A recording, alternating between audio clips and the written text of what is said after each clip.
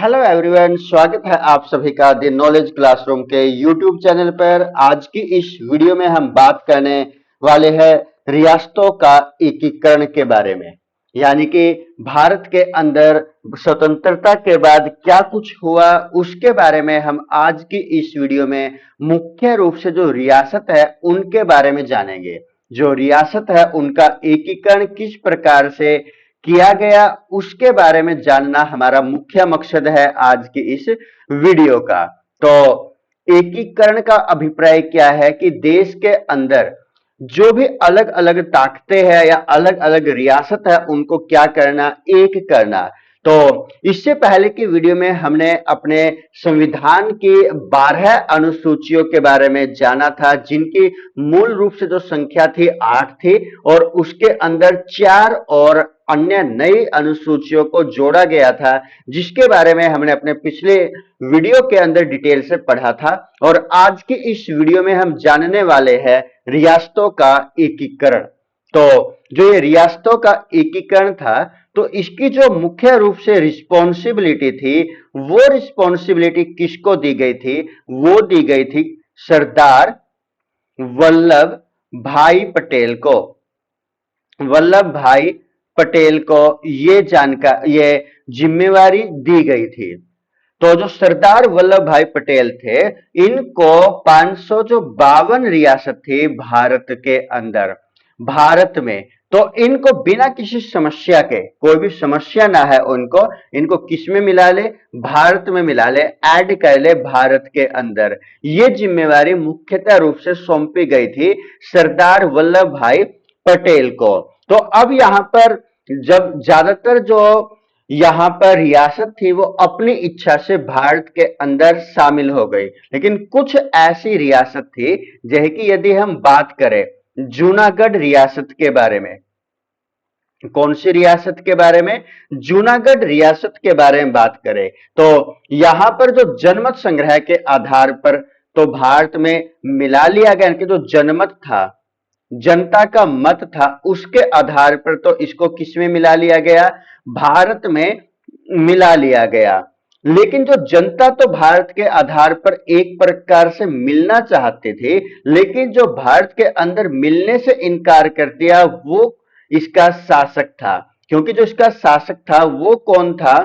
वो इसको पाकिस्तान के अंदर मिलाना चाहता था, क्योंकि वो उसका धर्म क्या था? मुसलमान धर्म था। और जिसके कारण से वो इस जूनागढ़ को किसमें मिलाना चाहता था?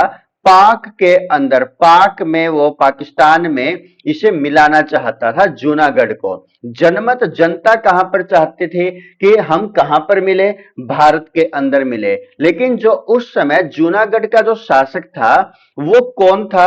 वो मुस्लिम शासक था। और वो क्या चाहता था कि इसको कहां पर मिलाया जाए? पाकिस्तान में मिलाया जाए।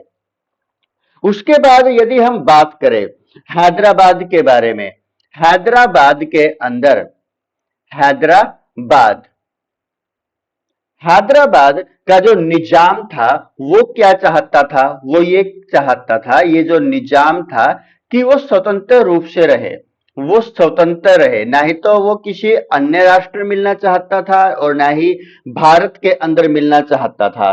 लेकिन क्या हुआ? क्योंकि ये जिम्मेवारी किसको सौंपी गई थी? सरदार वल्लभ भाई पटेल को सौंपी गई थी। तो उसने क्या किया? उसने पुलिस कार्यवाही की। क्या करवाई? जो पुलिस की कार्यवाही थी, सरदार वल्लभ भाई पटेल ने कार्यवाही करवाई पुलिस की। और जो उस समय वीपी मेनन था, वीपी मेनन था, उसके साथ मिलकर इसको क्या कर लिया? भारत में मिला लिया हैदराबाद को। हैदराबाद का जो निजाम था वो किस प्रकार से रहना चाहता था? स्वतंत्र रहना चाहता था, वो किसी भी अन्य राष्ट्र में नहीं मिलना चाहता था। लेकिन जो यहां पर सरदार वल्लभ भाई पटेल थे, उसने इस हैदराबाद के ऊपर पुलिस कार्रवाई करवाई। और पुलिस कार्रवाई किसके साथ मिलकर के करवाई? वीपी मेनन के साथ यहां पर मिलकर के कार्रवाई करवाई। और इस समय जो ऑपरेशन किया गया, उस ऑपरेशन को क्या नाम दिया गया? पोलो। क्या नाम दिया गया उस ऑपरेशन को? पोलो का नाम दिया गया और पोलो के माध्यम से ही क्या हुआ, इस हैदराबाद को मिला लिया गया भारत के अंदर। यानी कि हैदराबाद को ऑपरेशन पोलो के माध्यम से भारत में मिला लिया गया। सरदार वल्लभ भाई पटेल ने पुलिस कार्यवाही करवाई, किसके साथ मिलकर के, वीपी मेनन के साथ मिलकर के। और अब उसके बाद हम बात करेंगे जम्मू कश्मीर के बारे में। जम्मू कश्मीर के बारे में यदि हम बात करें तो जम्मू कश्मीर में जो यहां पर एक प्रत्यक्ष कार्यवाही जम्मू कश्मीर के अंदर क्या था, संख्या ज्यादा किसकी है, जम्मू कश्मीर के अंदर मुस्लिम समुदाय वहां पर ज्यादा रहता है, मुस्लिम समुदाय वहां पर ज्यादा रहता है। लेकिन जो उस समय शासक था जम्मू कश्मीर पर, जो शासन किया करता था, वो कौन था, हिंदू राजा था, हिंदू शासक था, जिसका नाम क्या था, उसका नाम था हरि सिंह। क्या नाम था, हरि सिंह था, जो कि उस समय जम्मू कश्मीर पर शासन किया करता था। तो यहां पर जवाहरलाल नेहरू ने हरि सिंह के साथ शर्त की। यहां पर किसका नाम आता है, जवाहरलाल नेहरू।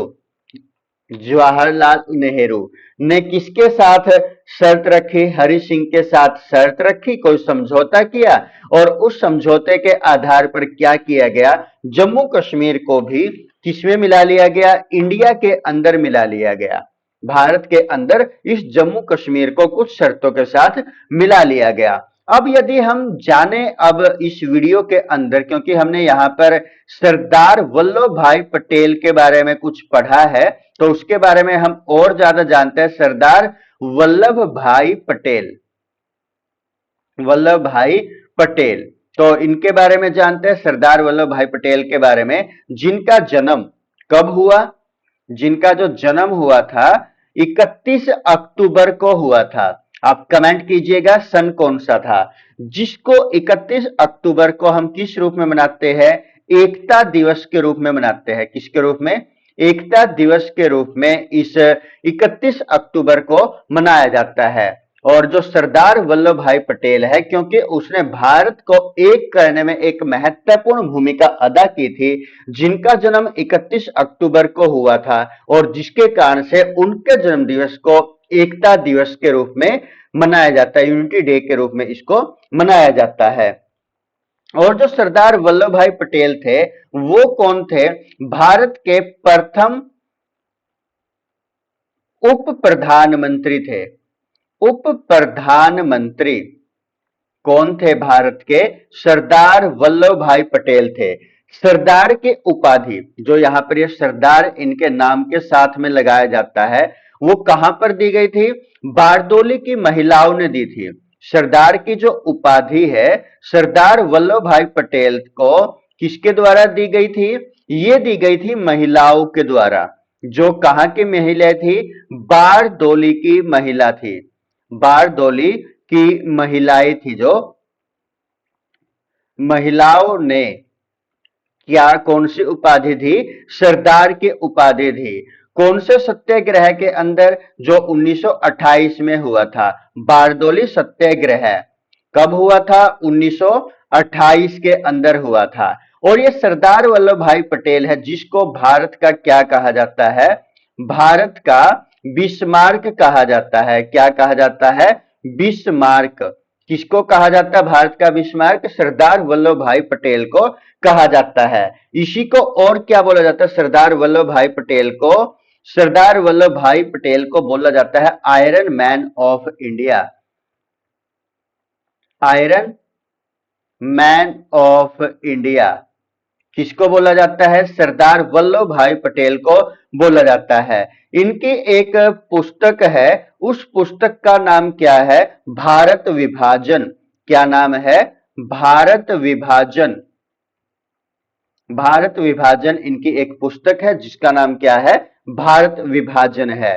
और संसार की सबसे ऊंची मूर्ति है जो इनकी बनाई गई है, एक जो सबसे ऊंची मूर्ति है, ऊंची जो मूर्ति है जिसको किस नाम से जाना जाता है, statue of unity, statue of unity जिसको कहा जाता है। कहां पर है ये स्टैच्यू ऑफ यूनिटी? गुजरात के अंदर स्थित है। गुजरात के कौन से जिले में? गुजरात का एक केवड़िया जिला है जहां पर यह मूर्ति स्थित है। और कौन सी नदी के तट पर है? नर्मदा नदी के तट पर स्थित है। नर्मदा नदी के तट पर, नर्मदा नदी के तट पर स्थित है ये मूर्ति। तो आयरन मैन ऑफ इंडिया किसको कहा जाता है? सरदार वल्लभ भाई पटेल को कहा जाता है। इनकी जो पुस्तक है उस पुस्तक का नाम क्या है?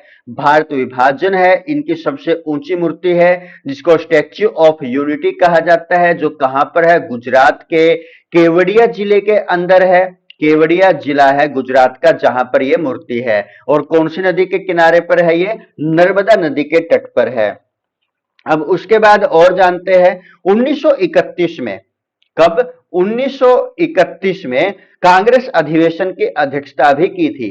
1931 में जो सरदार वल्लभ भाई पटेल थे, जिसने किसकी अध्यक्षता की थी? कांग्रेस अधिवेशन की अध्यक्षता की थी।